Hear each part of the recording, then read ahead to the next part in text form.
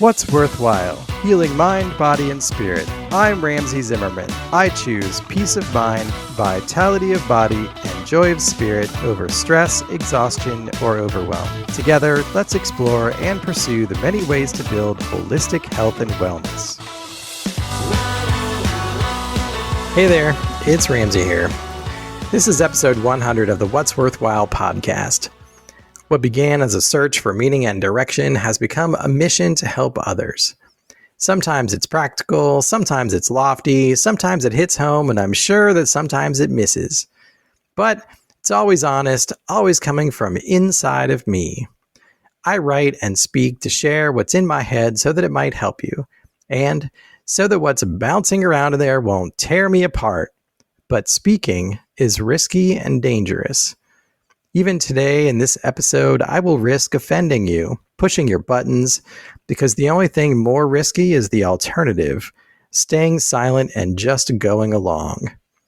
As a society, we are now reaping the consequences of avoiding difficult conversations with people who don't believe the same things that we do. Let's take this opportunity and many more thereafter to talk, listen, and share our best understanding of hard truths.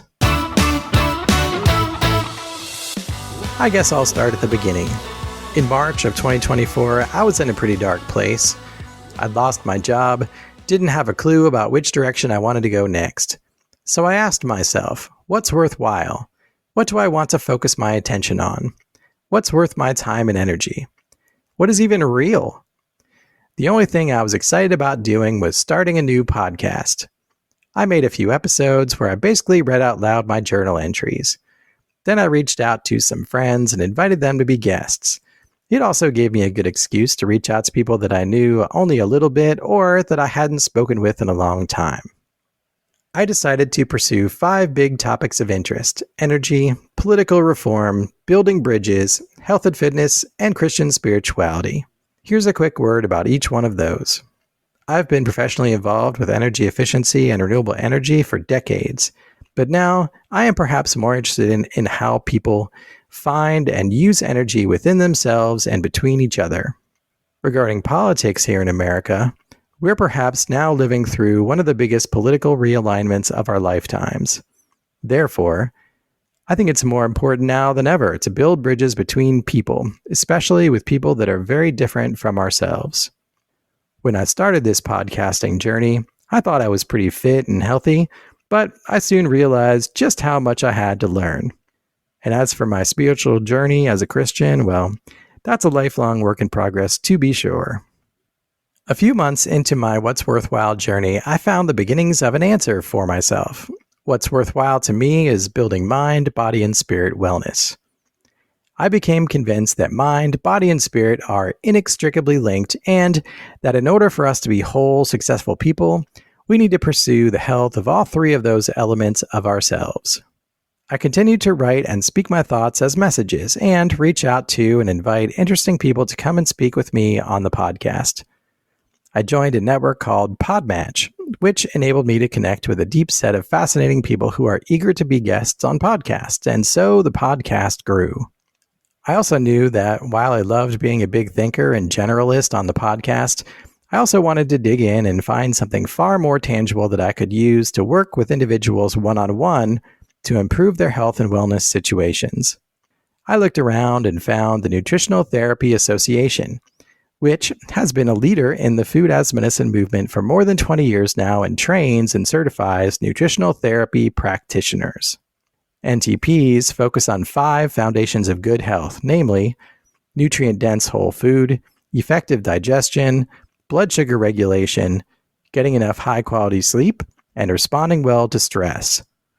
Quick side note about stress, I've always wanted to write a book, and I'm psyched to publish my first book at the end of this month called Stress Response: Manage Your Response to Stress in order to reduce anxiety, avoid burnout, and find calm and steady focus.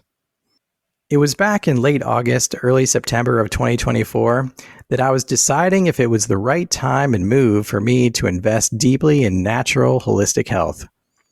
Would focusing on nutrition and the foundations of health serve my deeper desires to build mind, body, and spirit wellness? What about my desires for political reform and building bridges between people? Then something surprising happened. Robert F. Kennedy Jr. threw his support behind Donald Trump for president as a means to join his future administration to work for human health.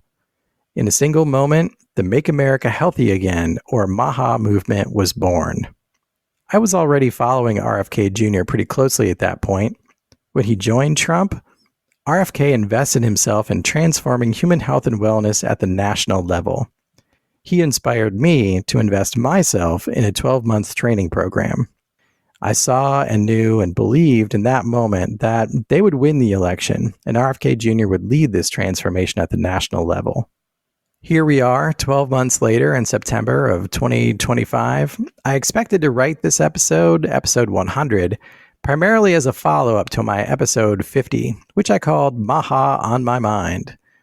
For in fact, the Maha Commission published just last week a comprehensive strategy document. I figured that was risky, though, because RFK Jr. is a controversial political figure who has waded directly into the health and wellness space. But instead, I feel compelled to address another controversial political figure and circumstance.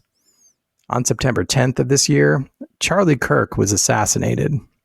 He was shot directly through the neck, which I find ironic and symbolic because it took away his voice. Charlie Kirk used his voice, not force, not violence, not coercion.